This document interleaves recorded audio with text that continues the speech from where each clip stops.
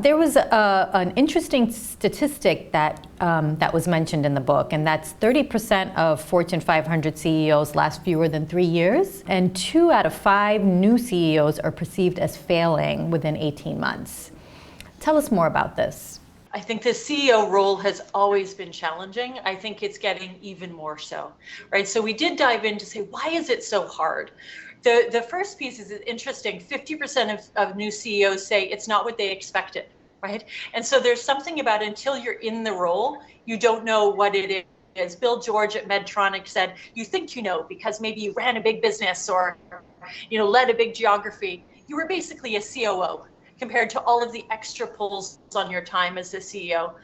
I think the breadth is huge and only growing in terms of the scope of the role and the complexity of the role.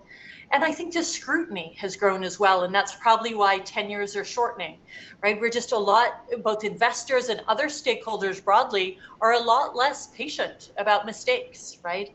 And so being able to get out the gates early on a good path is increasingly important because people are watching, right? And the stakes are too high not to do it well. Have you seen this 10 years ago or previously? Are these statistics just different now than they were?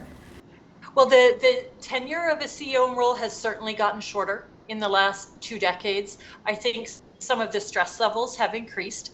And even in the last few years, through the pandemic and a lot of the social issues that have come up and a lot of the dialogue, I think both the scrutiny has increased, the visibility has increased, right? Everything you do is amplified internally in your company and externally.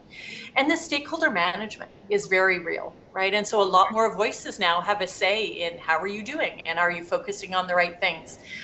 So certainly it's gotten even more challenging for what was already a really difficult job.